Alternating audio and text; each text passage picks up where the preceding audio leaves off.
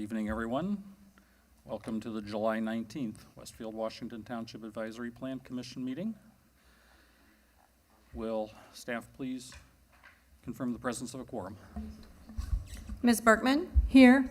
Mr. Deck? Here. Mr. Horkay? Here. Mr. Johns? Here. Dr. Kelleher? Here. Mr. Maui? Here. Mr. McCarty? Here. Mr. Schmitz? Here. Ms. Boljaric? Ms. Boljaric? We do have a quorum. Thank you. The minutes for the July 6th meeting have been tabled, so we will do that at a future meeting. Staff, would you please review our rules and procedures for tonight's meeting? Due to the COVID-19 emergency as declared by the Governor of Indiana, the format and conduct of the meeting has been modified to comply with executive orders regarding the conduct of public meetings, public hearings, and public gatherings. Relevant portions of the Indiana Open Door Law have been amended or suspended during the pendency of the emergency. We do not have any items tonight for public hearing, so for the items of business on the agenda this evening, the department will summarize the petition and highlight any changes or modifications since the item was last before the Plan Commission. The department will also describe what action, if any, is necessary to be taken. The petitioner will be given up to 15 minutes to present any changes, and the Plan Commission will then act upon the petition. For our general rules of conduct, we ask that you please not disrupt the proceedings in any way. If you need to have a private discussion, we ask that you please quietly exit the room. Please silence your devices at this time, and again, if you must answer them, please quietly exit the room. We'd also like to remind everyone to please speak directly into the microphone so your comments can be put onto the record. Also, please mute your microphone when you are not speaking, and if any petitioners do come up to the podium before you begin to speak, please make sure the microphone is on, as indicated by the green light above the sticker on the microphone. Thank you. Thank you. First, we have an item of miscellaneous business, a resolution that establishes how this body can behave short of a governor setting different standards, how we can participate virtually. The policy was attached to the agenda. Do we have a explanation or anything from staff or council, or should we look for APC comments? It's pretty self-explanatory. So in Section 5, this seems like it's a document that was taken from another source. Those 7 items don't really that much apply to us. I don't know if there's a harm in having them, but that's one of the things that kind of jumped out at me.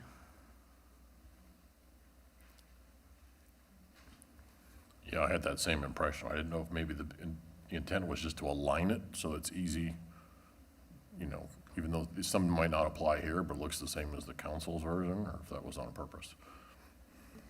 So there's an organization called AIM, and they provide analysis and templates for legal counsel who represent municipalities statewide.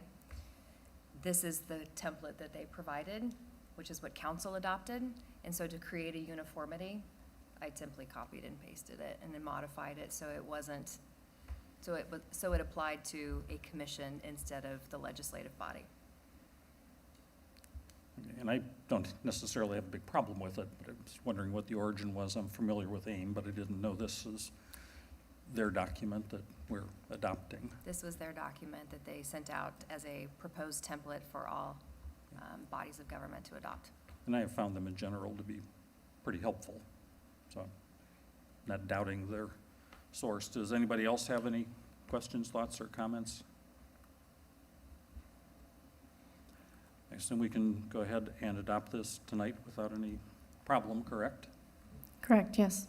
So that being the case, does anybody want to propose a motion regarding APC Resolution 2101? I'll just go ahead and make a motion to adopt Resolution 21-01. Thank you. Second. We have a motion and we have a second by Victor McCarty and Ginny Kelleher. Will staff please call the roll?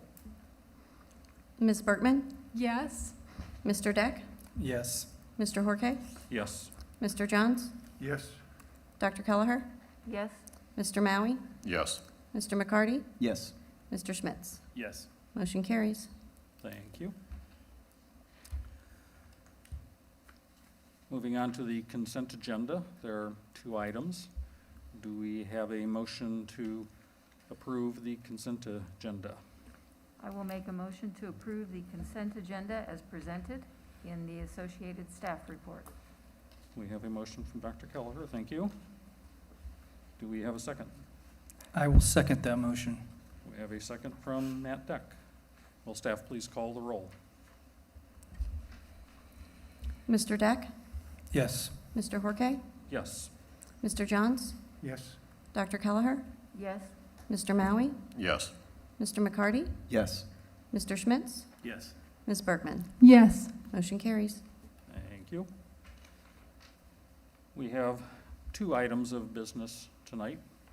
First is 2104-PUD-13, the Sycamore Glen PUD, which I gather will be presented by Kevin Todd. Yeah, good evening, members of the Planning Commission. Thank you. For the record, Kevin Todd with the Community Development Department.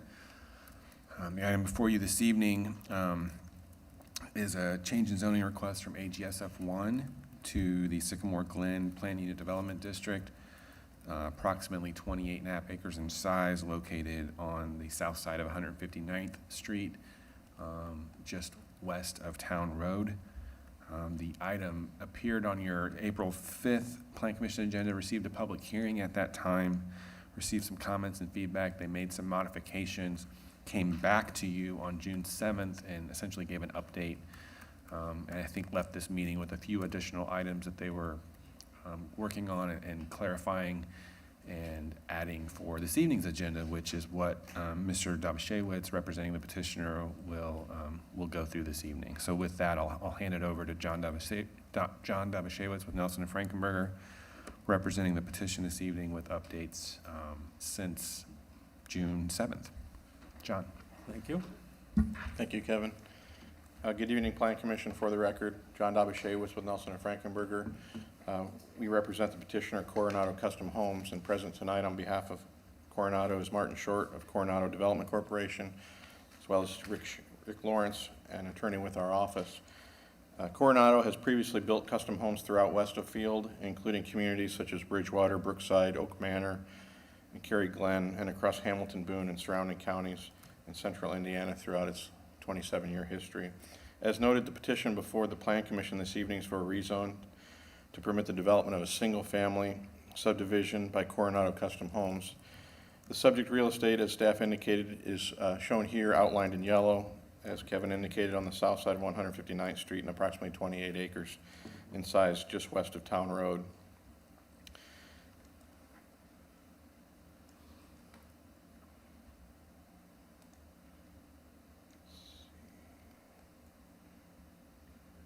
There we go. There it is.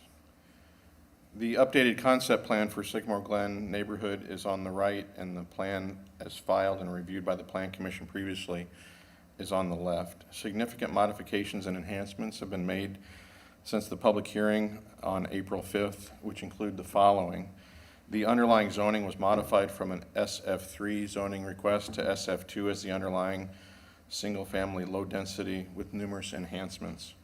Most notably, the maximum number of lots was reduced from the originally proposed 55 lots to 31, a reduction of 24 lots, and a resulting overall density of approximately 1.1 homes per acre.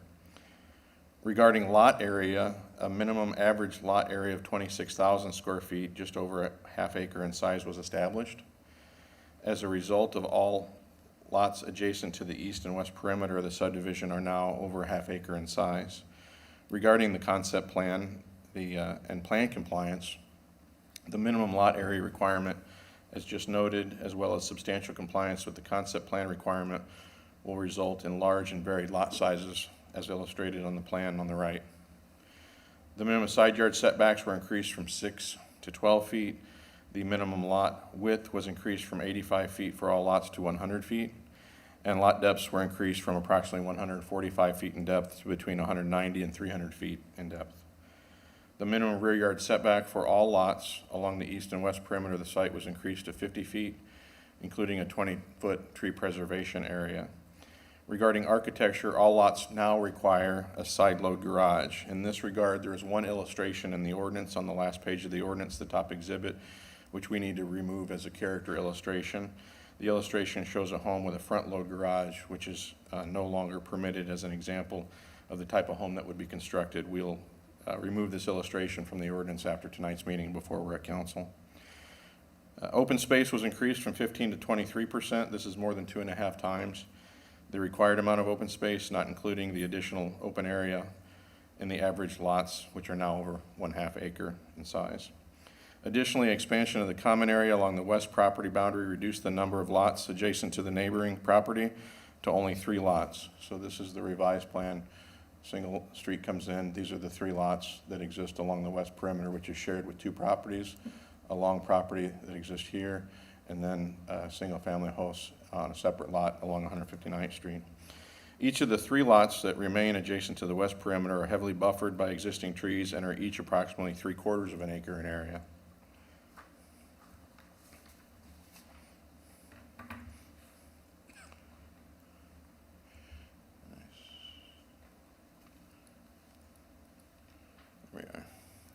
In addition to the enhancements made to the ordinance, Coronado is also making commitments regarding several items.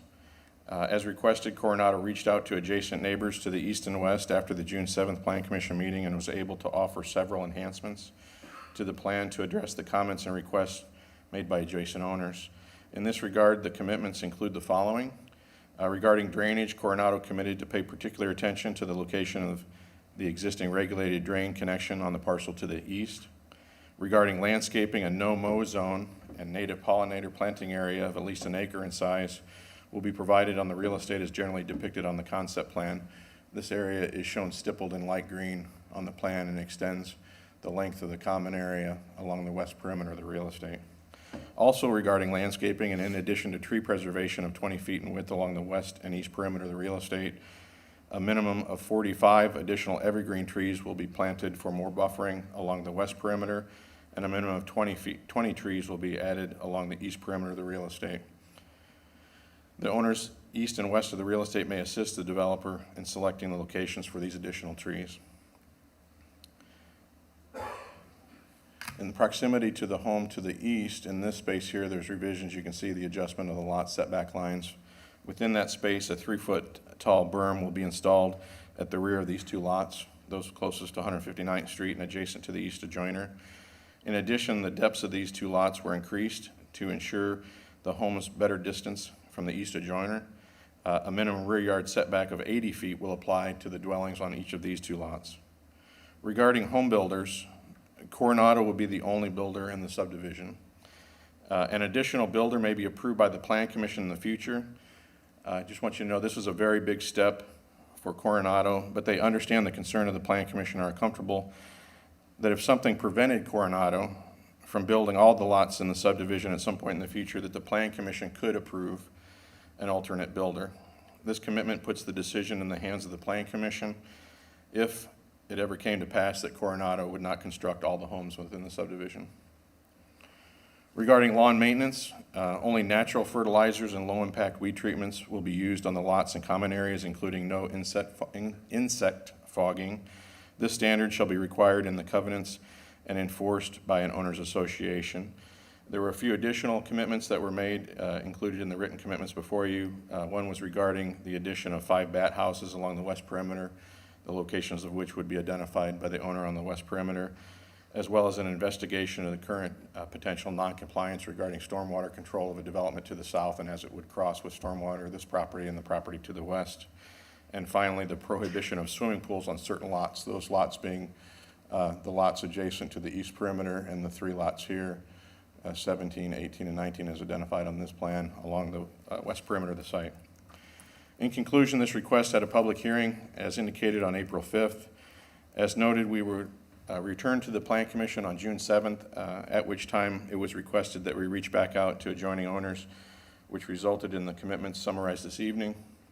Coronado sincerely appreciates the constructive comments provided not only by the Plan Commission but the public as well, and have incorporated the suggestions that were made to the proposed ordinance as well as commitments where appropriate. We've worked with staff to confirm their comments were addressed and that the commitments are in an appropriate form and acceptable to staff.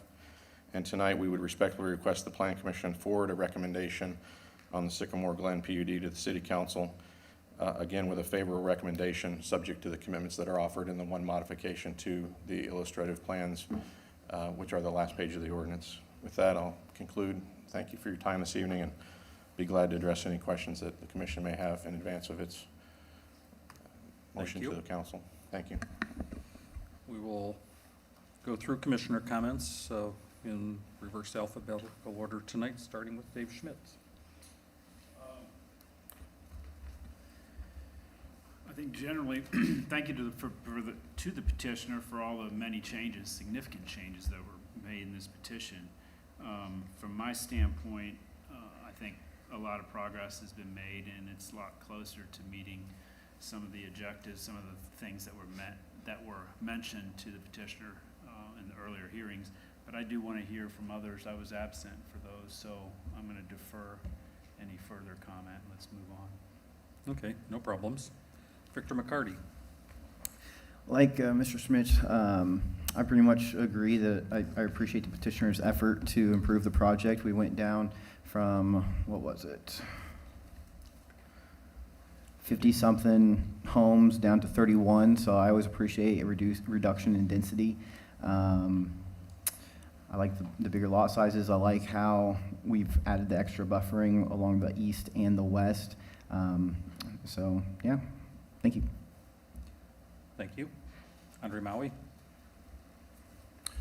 I've got a question that's probably either for staff or maybe even legal counsel on this one. And it could have to do with me not fully understanding commitments versus language that's in the ordinance. The one in particular is about the developer being the builder and the commitment that they're willing to make, which I appreciate because it alleviates concerns. But my question is, does that set challenges, if not on this PUD, maybe in precedent? It just seems like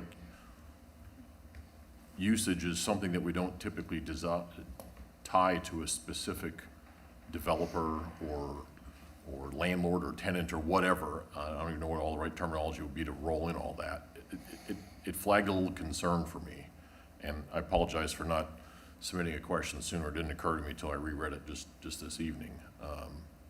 Is that normal, or is it something that we should be concerned about? I don't mind. Is it normal? Is it normal might be for you. I don't, I have not seen this kind of a request in any other community that I represent, that we designate specifically who's allowed to serve as a contractor in projects. I don't want to say here and now whether or not there might be any concerns with that, because it might, I don't know whether or not there would be any legal ramifications or not. I don't sense there would be any, but I don't sense there would be any, but I don't know that answer. So broadly from commitments, the enforceability behind them traditionally would be found in the UDO. So even though this is a PUD that specifically is almost outside of the traditional UDO, your enforcement mechanisms are still built into that. So the problem is going to be catching it. Someone's going to have to be monitoring, and presumably that would happen at the permit phase, where somebody would come in and they would have to know whether or not it's somebody else. It would just have to be a monitoring, somebody keeping track of, and then at that point, either not issuing a permit, or if we inadvertently issue a permit, then issuing a stop work order and going from there. But at this point, I can't tell you whether the developer would have any legal arguments, or the developer that we would be prohibiting would have any legal arguments to say that is an unconstitutional or it's an invalid commitment. Okay, I appreciate that advice. I'll say my concern still exists case that's something anybody else wants to consider, just because it seems like it opens the door to a perception, you know, whoever that potential developer might be, or that builder might be that would ask to build in there. It feels like we would never say it's okay to put a Burger King but not a McDonald's, right? It's either a fast food burger joint or it's not. And this isn't quite like that, but it's kind of going that direction. I just have that concern. So something I just thought of as I was sitting here listening to you, one problem that I could see being raised at some point is if you have a developer who comes forward and it's a woman and minority-owned business who That's where I was says, thinking. you're prohibiting me from being able to build in this particular neighborhood. That could potentially be a problem. And it could be, there could be valid reasons. Maybe that builder doesn't produce homes of similar quality, but if it's a protected class in some way that there's a perception, it feels like we're really opening ourselves up to something here that we could avoid by not doing this. Just food for thought. Yeah, I'll just follow up.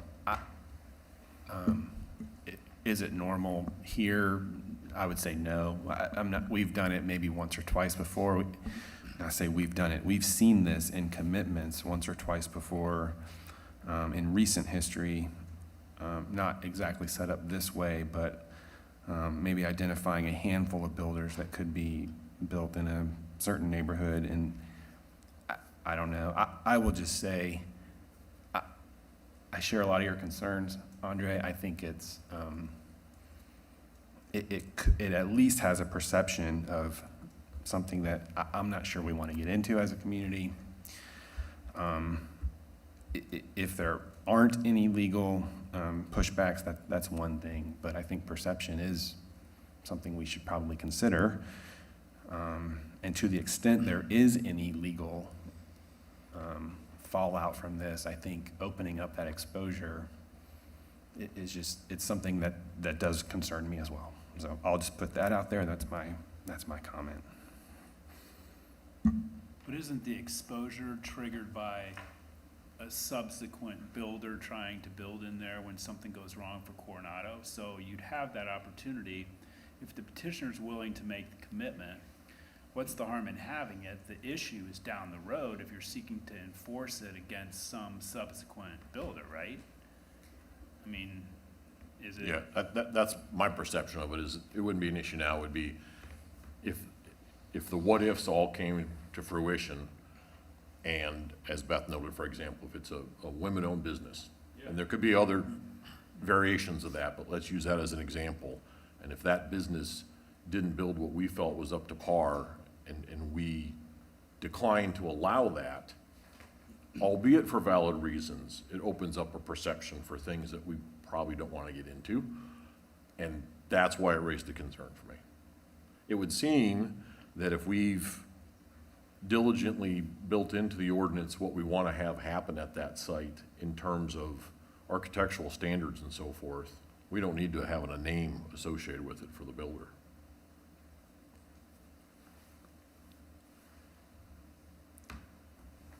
I think the issue is that we don't have a good way to define custom. And Coronado is a custom builder. And so I think that that's part of the intent with naming them. Our architecture standards can go a lot of different ways, unfortunately. I mean, when you get them so tight, and the residential builders, for some reason, I'm still trying to work towards a place where we actually show what we're going to build, because then that, on all four sides, and that makes me feel much more confident in what our community is going to get. But we always have this language of, well, if it's something that kind of looks like these, it's okay. These are beautiful homes. Probably some production builders could make something close, and then we're leaving it up to staff to make that determination. And so I understand what you're saying, absolutely, but we've got to find a way as a city to define these type of things to give us all more confidence that we get what we really think was being approved on that site. So those are my comments. Things are different today than they been in the past, and while I don't recall any examples of a single builder making a commitment that I will complete everything, we have a number of communities that have been developed and constructed by a single entity without having a commitment that it would happen. We weren't as concerned about things like that in the past, but something like Centennial comes to mind, which was not a PUD. Back then, we had briefly something called SF3 cluster.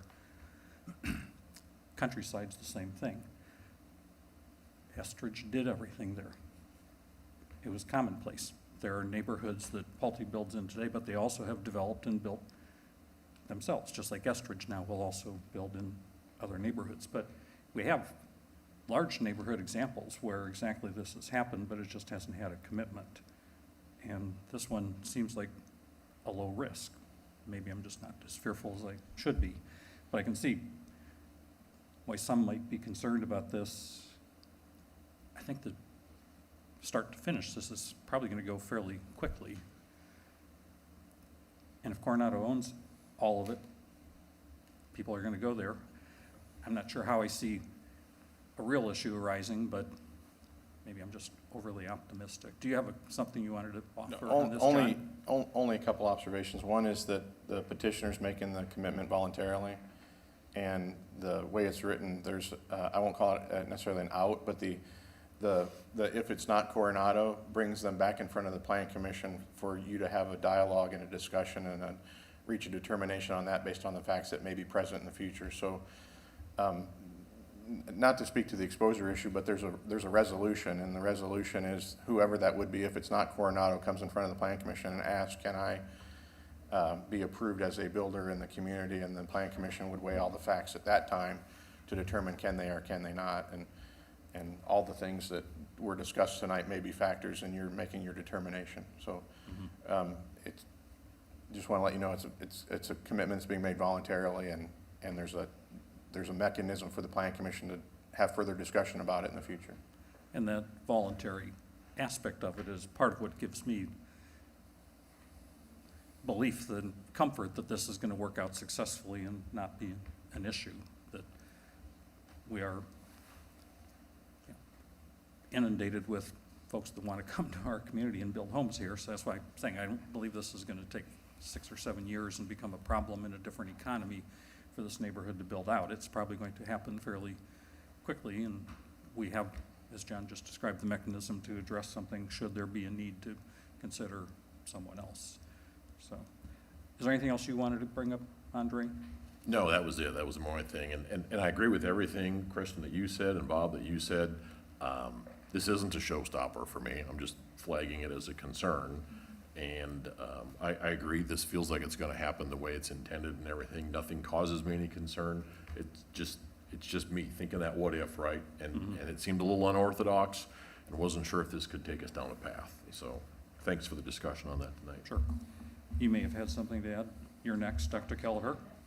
Okay, well, I want to start off with positives. Thank you. I want to thank John and Martin for all the work that they did on this. It wasn't easy. It's not just the lot size that I think is better. I think it's the design. You have a large body of water, not something small.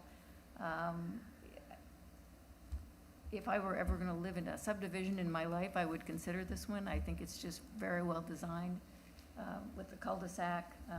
I lived on a cul-de-sac when I was a kid, and we had block parties there on the 4th of July and made ice cream, and everybody brought out their grills, and just the whole design is just, it's better. And I really appreciate not only decreasing the number of lots and the consideration for the neighbors, but the redesign that I think really is going to be a subdivision I'm certainly going to recommend to people if they come looking in Westfield. Wanted to make a brief comment about Andre's comments. I believe what everyone said, and I think John said it best, it's a voluntary commitment, and there is a way to alleviate that if and when Coronado is not able to build all these. We have also done this before on a couple of plans.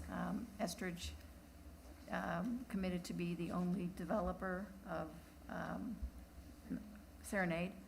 And of course, in Woodwind, we had 3 builders with an architectural review committee. So, and I know other communities have done things like this. And it is at the point when someone comes in for a building permit, then the staff flags it, yes, it is or it isn't.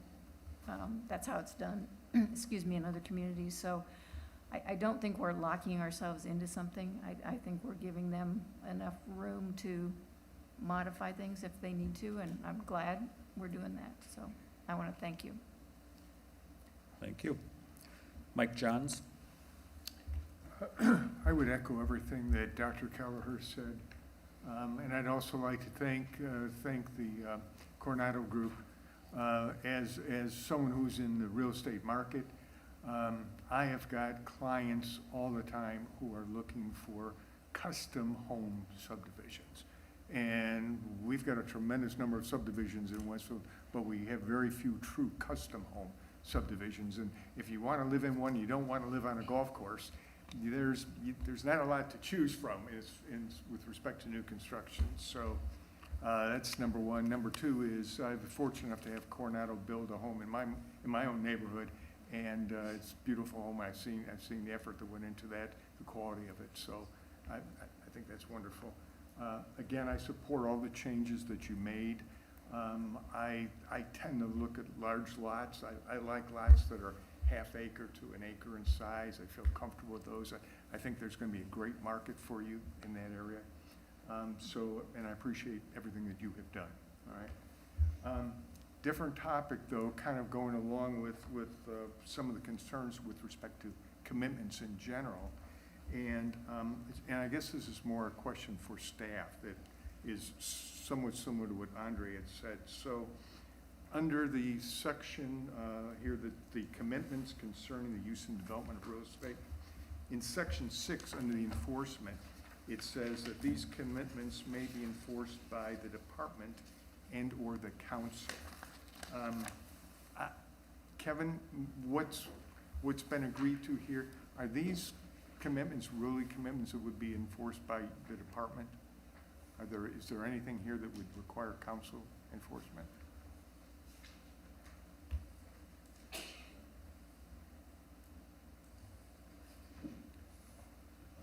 So I know you didn't ask me the question, you asked Kevin the question, but here's my legal opinion on it. Because this is attached to a PUD and it's in the ordinance, council is ultimately the body that approves this. So state law specifically says that commitments can be enforced by either the Plan Commission or council. Commitments can be attached to several different documents, not just an ordinance. Traditionally, you would see this board enforce a commitment that would be attached to a plat or a development standard.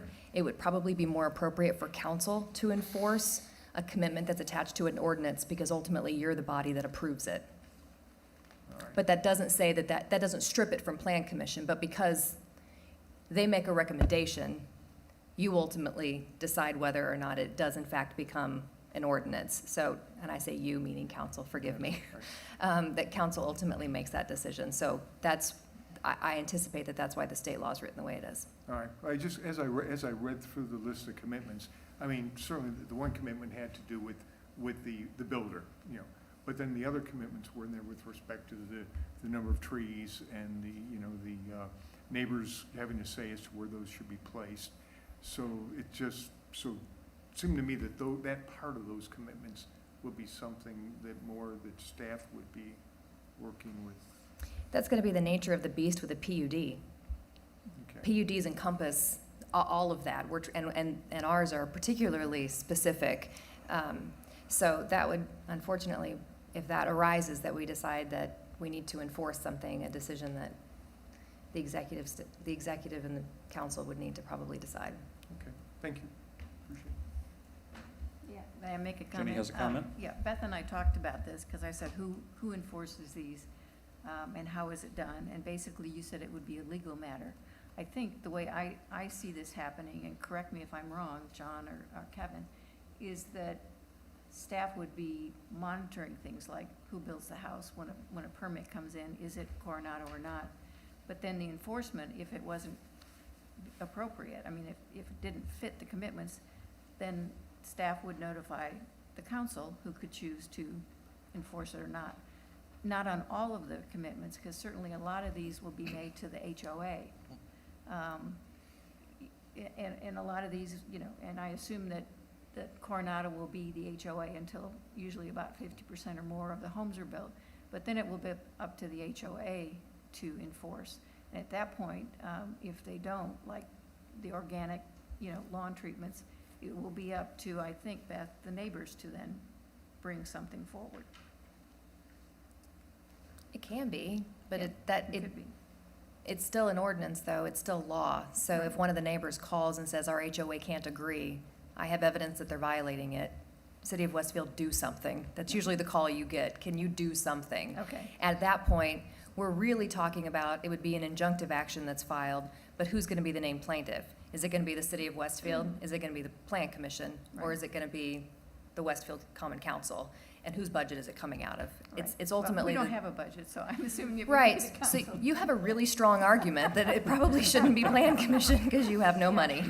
Yeah. I think it's up to the council to decide if and when they wish to enforce something.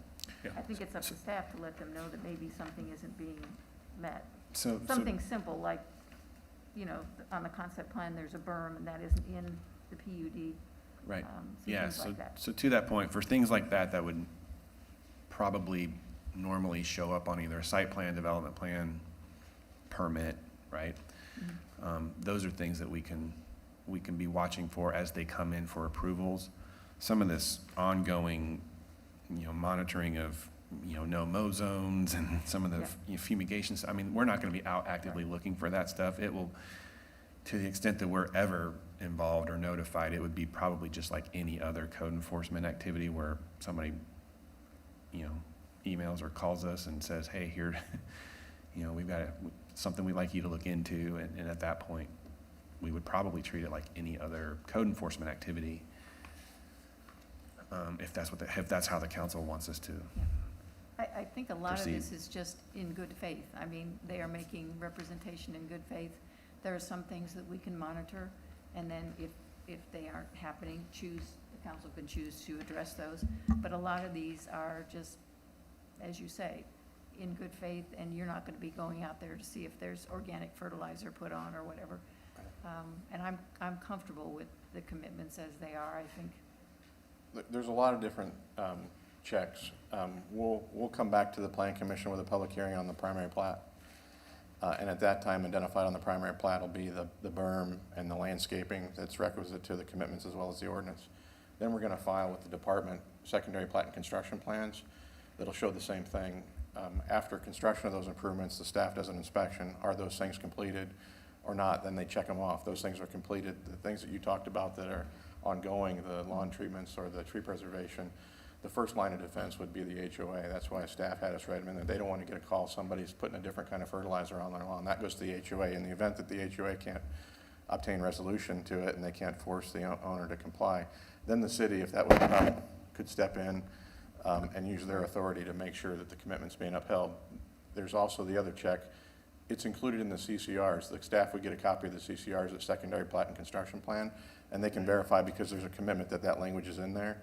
And the language would indicate that it can't be amended because it's a commitment that's ongoing that'll be recorded against the real estate and with everybody's sale agreement on their real estate. So there's lots of different steps that we'll take, many of which involve the Plan Commission as well as staff, and then the ongoing stuff is, like I said, the first line of defense is the HOA. And staff wanted it to be that way because they don't want to get those calls about who's putting what on their lawn. Not that it's not important, it's just things that their eyes and ears aren't out there day to day. Right, no, and I agree. I don't think staff should be involved in that. They have other things to do that require their attention, and some of these will be the HOA, so I agree. All right, whoops. Moving on, Matt Deck, any comments, questions?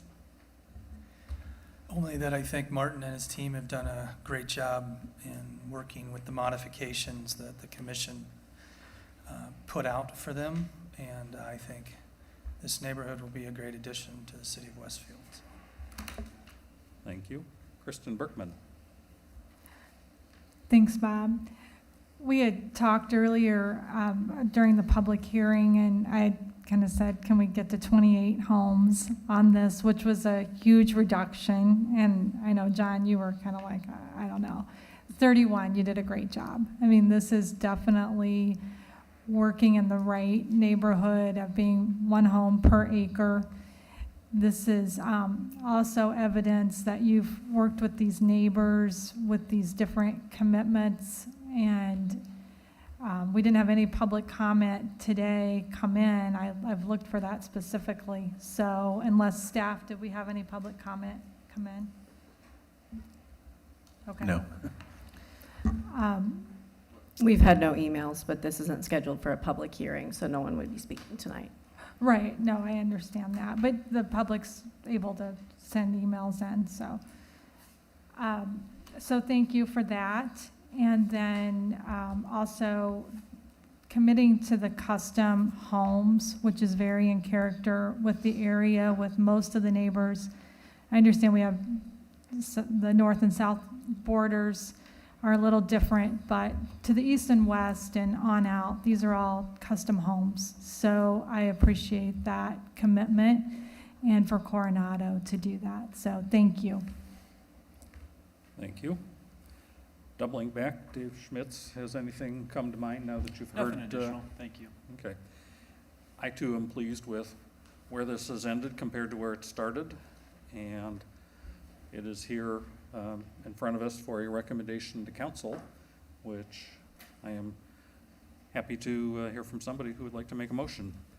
I would like to make a motion to send a positive recommendation to the city council on 2104-PUD-13. I'll second that. We have a motion and a second from Jenny Kelleher and Andre Maui to send a favorable recommendation to council. Will staff please call the roll? Mr. Horke? Yes. Mr. Johns? Yes. Dr. Kelleher? Yes. Mr. Maui? Yes. Mr. McCarty? Yes. Mr. Schmitz? Yes. Ms. Berkman? Yes. Mr. Deck? Yes. Motion carries. Thank you for your time this evening. Thank you. We have one other item of business tonight, Chatham Villages South, 2107 ODP-16 and 2107 SPP-16. These are in front of us for approval and have a condition recommended by staff. Thank you, Mr. President, members of the commission. Pam Howard with the Community Development Department, presenting on behalf of Corey Meyer this evening. Before you for your approval consideration, you have a primary plat and overall development plan for 2 lots on approximately 27¼ acres in the Chatham Hills PUD district. This site is located at the south side of 196th Street between US 31 and Tomlinson Road and was incorporated into the Chatham Hills PUD with the 2019 amendment. This item did receive a public hearing at your July 6th meeting and is eligible for your approval this evening. I am available if you have any questions. Thank you. Thank you.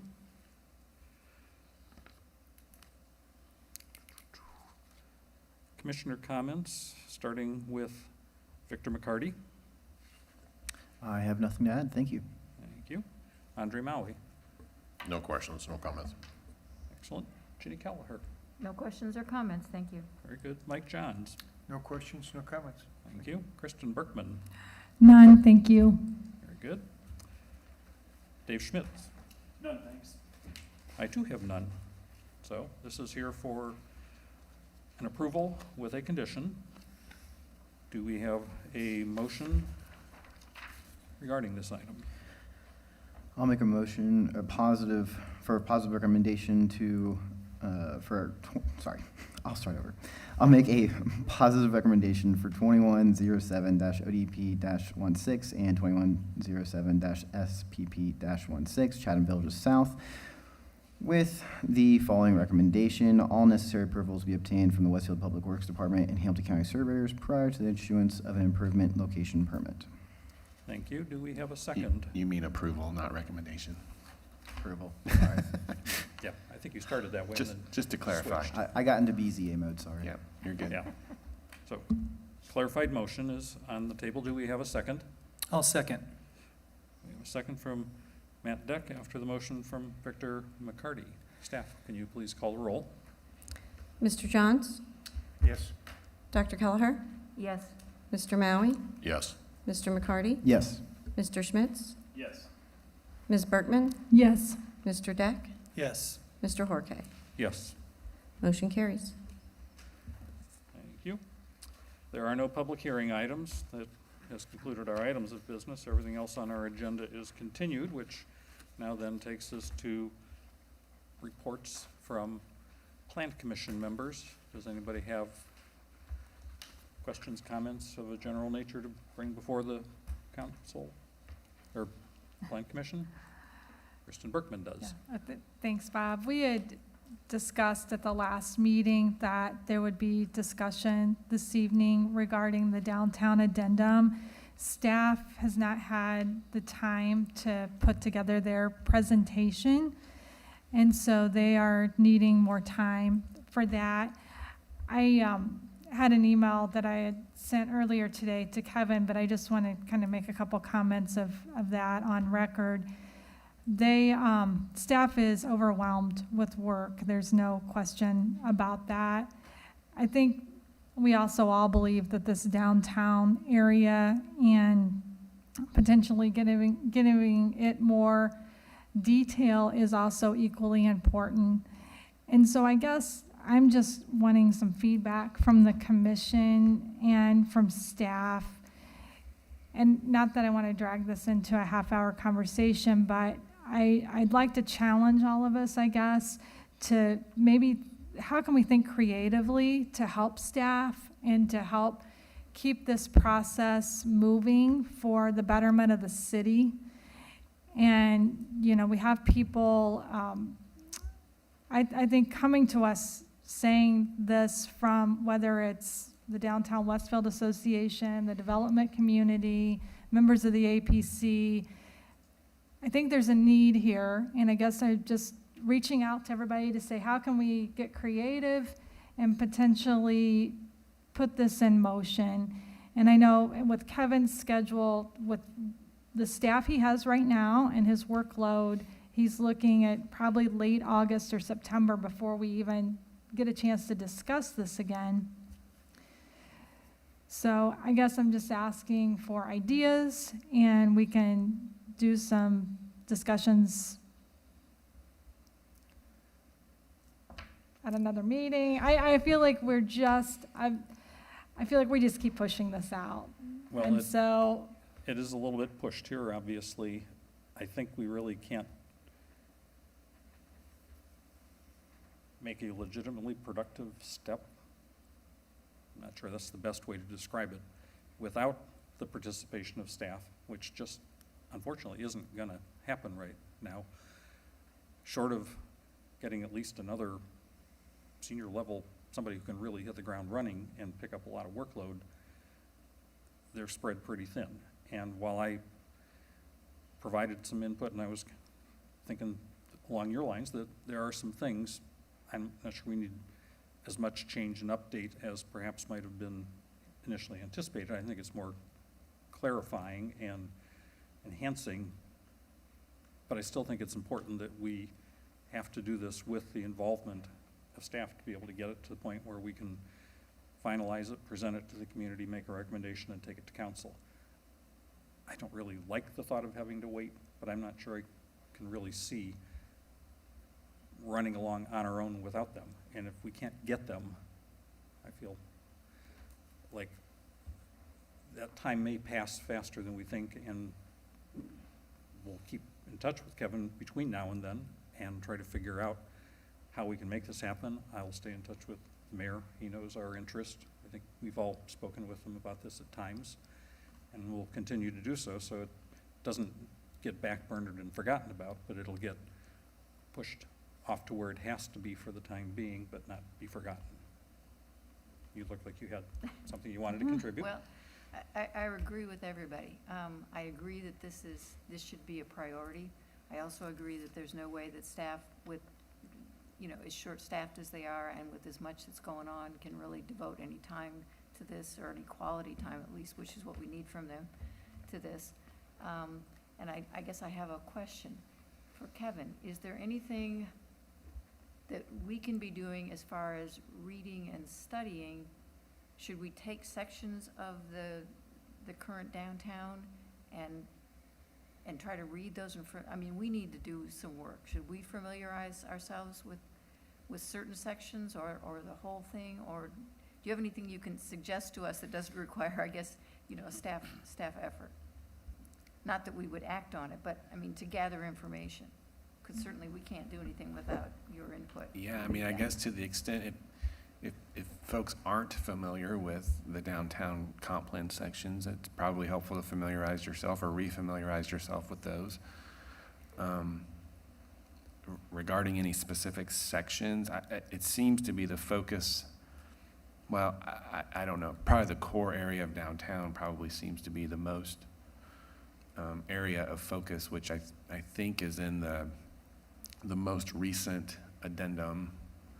Was it 2016, I believe, the chapter 2, right? That section of that document, I think is the most kind of area of question right now, as I understand it. So, short of that, I don't have any great suggestions Okay. on. No, I mean, give us some homework, so that when you do find the time, and we have at least 3 more staff, hopefully, that we don't go, huh? That we read the book.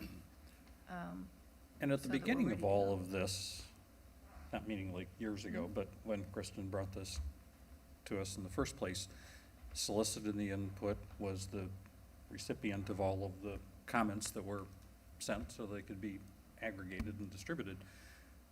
The expectation was that you ought to be knowing and reading this. And you and I, and I'm not sure who else up here right now, was part of everything that's in our current comprehensive plan. And yet, when I sat down to try to think, what do I want to write and send as far as comments, I got to tell you, it did take a whole lot longer than I thought it was going to, and it could be an intimidating task. And if anybody is feeling that way, don't worry about it. It's common.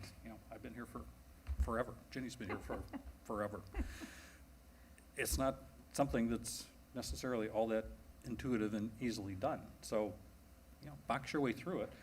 Kevin, while we can't obligate him, and what he was trying to do was be able to come up with relative important points to be able to talk to us about and really have some sort of an education session, hasn't been able to do that, but I'm confident that if you can present him a couple of questions where you say, boy, I'm really confused by this, you'll probably get an answer. Maybe not 4 hours later, hopefully within 4 days though, you'll be able to get something. So spend some quality time trying to look at it would be, I think, very appropriate, and everybody should be doing that as a matter of routine course for being a part of this body, and ask questions. There's nothing that prohibits anybody from asking a question of staff, and whether Kevin answers it or Pam or somebody else. There are other people that can help. It isn't just Kevin, so please do that. So, yeah, thank you, Bob. It's just another thought occurred to me as a follow-up to maybe Jenny's question. The implementation plan in 2013, which we just kind of, if you watched Pam kind of navigate there on our website, maybe we can find the pages here. There's like an executive summary of accomplishments, chapter 3. That outlines, at least through 2013, what we have done and accomplished. And I think that was one of the questions, right? What have we done downtown? And that summarizes really all the way back from 1993 through 2013, what we've done as a community. And since then, the subsequent addenda that you'll find on the comp plan section of our website will fill in the rest of that history since 2013. As maybe another kind of starting point for getting your mind around maybe what we've done. So. No, thank you for Yeah. that, Kevin, because it is kind of overwhelming. If you just take the whole thing. So if we can kind of get a brief history, then we can start. I think it's up to us now to really study this and have comments and questions ready when the time comes. And exactly So what that Kevin we're- has just pointed out is Yep. what I did myself that night. It's like I lived through all this, but I've slept since then a lot of times.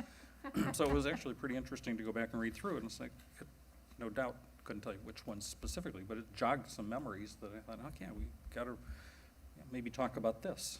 So it's a very beneficial thing to do, and so I'm not sure where else we need to go tonight, but that's definitely something that ought to be happening between now and whenever we will have an opportunity to have the discussion that we set out to have. I think that's all fantastic ideas for everybody to revisit it if they haven't already. I guess my main concern is that we have people that want to participate in our community and bring commercial developments, and we're not sure how to evaluate those. We had Mr. Moffett in at the last meeting, still feeling like he needs to go get further input on architecture because there's some questions on what do we want, what is eclectic, what does that mean?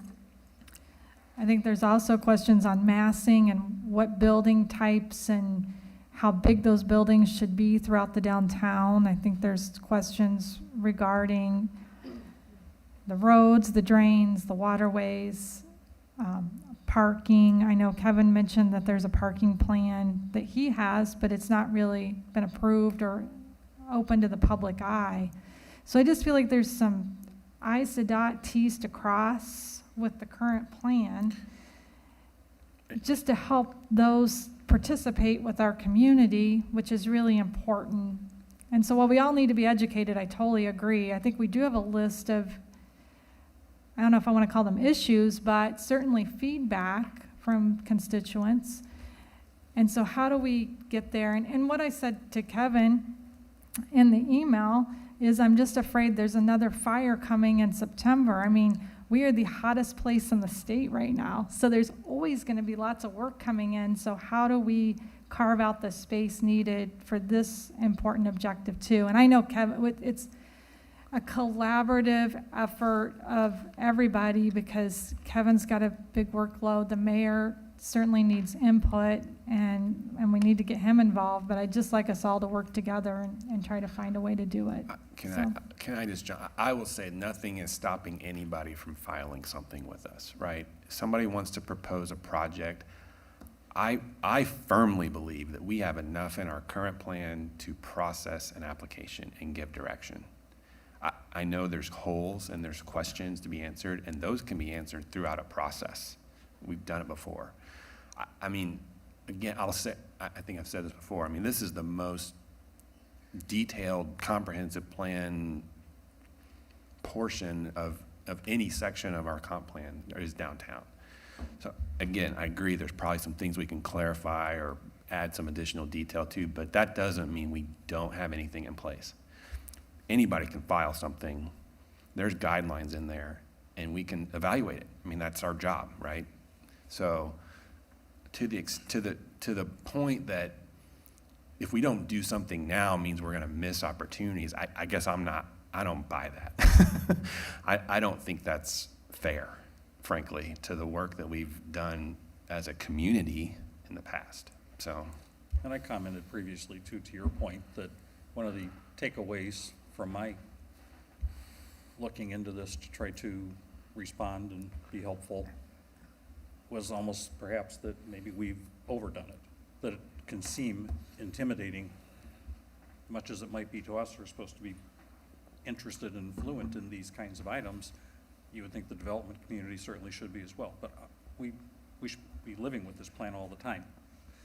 Developers don't just develop in Westfield, most of them, so they have to multitask on a lot of different comp plans and try to know them, and they may feel when trying to think about a piece of property in our broad downtown area that they might see an opportunity. They might feel a little intimidated trying to go through this document and figure out, what should I propose, because this is the kind of stuff that I do, but I don't know if that's what they really want. To Kevin's point, they can go ahead and take their stab at it and see where it goes. But like us, as I said, read it, ask questions. They can do exactly the same thing. Prime example is the Estridge Townhome project on Poplar Street, right? That is not contemplated in this plan, but they filed something that they thought was a good project, and we, as a community, vetted it, right? I mean, We did. decided, okay, well, maybe this is acceptable. It's not what this plan says, but it doesn't mean it's bad. Doesn't mean it even thwarts any objective of downtown. So, I mean, I think that's I mean, I think that's part of the process. I don't know that we can give a playbook for exactly what and where. I don't think that's reality, frankly. And if that's the expectation comes out of this, then, man, I don't know. I don't know how we get there. Yeah. I don't think that's what a comp plan is. Okay. So, I'm not trying to ignore people to the left here. I've kind of been looking towards staff, and most of the comments are coming from the right. Before we bring this to conclusion for tonight, are there comments from anybody to this side of the dais?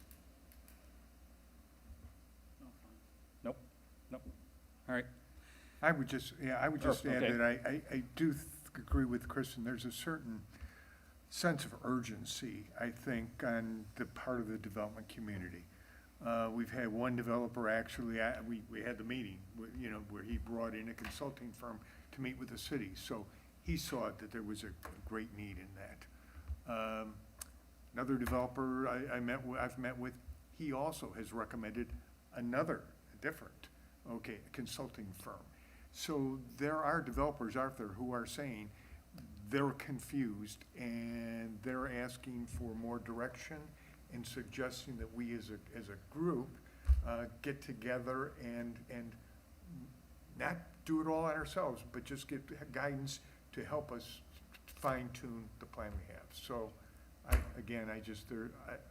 feeling that sense of urgency from people who are calling me.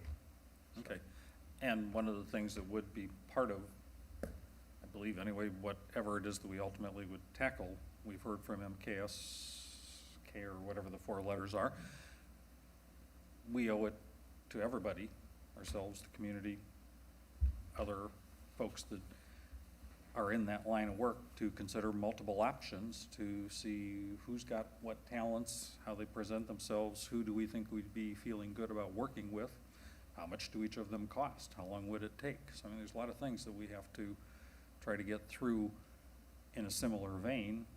Maybe there's an opportunity at least to find out who has suggested another source, or does staff have somebody that maybe we go ahead and schedule a similar session with somebody else, so that we at least now have two of those presentations to think back on and reflect on. So, I mean, there might be a possibility where we could take two paths to get to the same place, if you will. Yeah. And this is to go a different route than the public hearings and the public involvement and the staff-driven process to a consultant and privately generated information gathering. Is that what I'm gathering from? We need to, as a body, not necessarily all 9 of us, but various resources, we were going to task with trying to evaluate the potential of consultants who have been through this before, to help craft a little more efficient process for us. But we're not wanting to go multiple directions, because there's just not that much to do, and we're not rewriting from scratch anything. We're wanting to be able to provide an added level of clarity, which, like I say, maybe actually just reducing the size of what we have and writing a couple things differently to be able to say, here's what we really mean. If you got lost in all of the things that we put together back in 2007 and amended in 2016, try this one, maybe it'll work better for you. It shouldn't be that gigantic of a task that it's going to take us a year, $100,000 and uncountable meetings and time. This is a more focused amendment or clarification to an amendment. But it still has to be done in a similar process, because ultimately it does have to come as a recommendation for us to present to council. We have to have a public hearing, and then it has to be adopted. So there's some prescribed steps that are critical and important that we can't just gloss over or not do. We're just trying to get started or make a little more progress on what has initially been started. But we can't do it all by ourselves, and so that's where we're kind of stuck right now, in that we need to depend upon Kevin's team. And right now, they are fully obligated, every one of them, for a lot of the workload that is very important and absolutely needs to continue. We can't tell somebody, come back another time, when we've got somebody that's ready to invest in our community. We want it now. And if we need to work on a different plane with somebody who needs a little more help in figuring out what to file, then we'll figure out how to do that, is what Kevin's suggesting. I think it sounds like a fine plan. But they definitely have to schedule and do what they need to do as part of their normal job responsibilities to the city and citizens of Westfield to keep all of the petitions that are submitted to us on track, so that we can ultimately decide we like what is brought to us or we don't. I mean, that can't slow down or stop to the best of our ability. So we'll continue to work our way through this. I'm not sure there's too much else that we need to go over tonight. Quick comments if there are any. If not, then in the absence of Cindy, we'll look to Mike Johns for a council update. Council update. We had the city council meeting last Monday, July 12th. There were basically 3 special presentations. Chief Rush presented the Westfield Police Meritorious Award to Mike and Debbie Laird. Jeremy Lawler and Jonathan Nail talked about the Hawk system and gave us a quick update on that. That's been delayed a little bit because of supply chain issues due to COVID and whatnot. So it looks like we're looking probably toward the end of August before we get all the parts and pieces in. We're actually waiting for the buttons that you push right now, if you can imagine that. Okay. We also had an update from Lisa Craig at the Heart and Soul Free Clinic. We had 2 pieces of old business. We approved a tax abatement for the North Point shell buildings that we talked about. Chris Wilkes is building 3 shell buildings, if you will, out there, okay, where he's actually going to be the owner of those buildings. So that tax abatement was approved. And we approved a ordinance to repeal and replace the city's animal control ordinance. 3 items of new business that are going to be coming forth to us probably at our next meeting here, I think, on August 2nd. A ordinance on Grand Millennium, an amendment to move around the housing, the single-family housing within that development of multifamily. So there's an issue with getting an amendment to put that into different areas. There'll be an ordinance on the urban apples PUD that was introduced here about a year or so ago, will be coming back to us. And Spring Mills Trail PUD will be coming here also, and that's kind of an infill PUD of primarily townhouses. And that too will be up for public hearing in our next meeting. So there's it. Thank you. Board of Swimming Pool Appeals. Yep. True to that form, we did have 2 pool location variances in Brookside that were approved, and 3 other variances that were pretty non-controversial. There was a, name escapes me, but a preschool on Greyhound Pass. Little that is Lamb. doing a, what's it called? Little Lamb. Little Lamb, thank you. That's doing an expansion in their same architectural style, which they needed a variance because that style is not permitted under the UDO, or the materials, I guess. We approved, there's a non-conforming lot that AGSF1 compliant in other ways, but didn't have the frontage. He was trying to build an accessory building, so he needed a variance of the frontage requirement in order to be in compliance, so that was approved.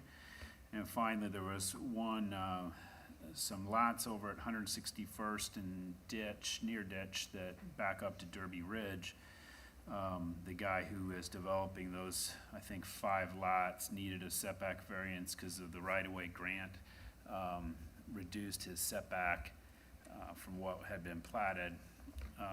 And the houses are really about in the same place as the existing homes.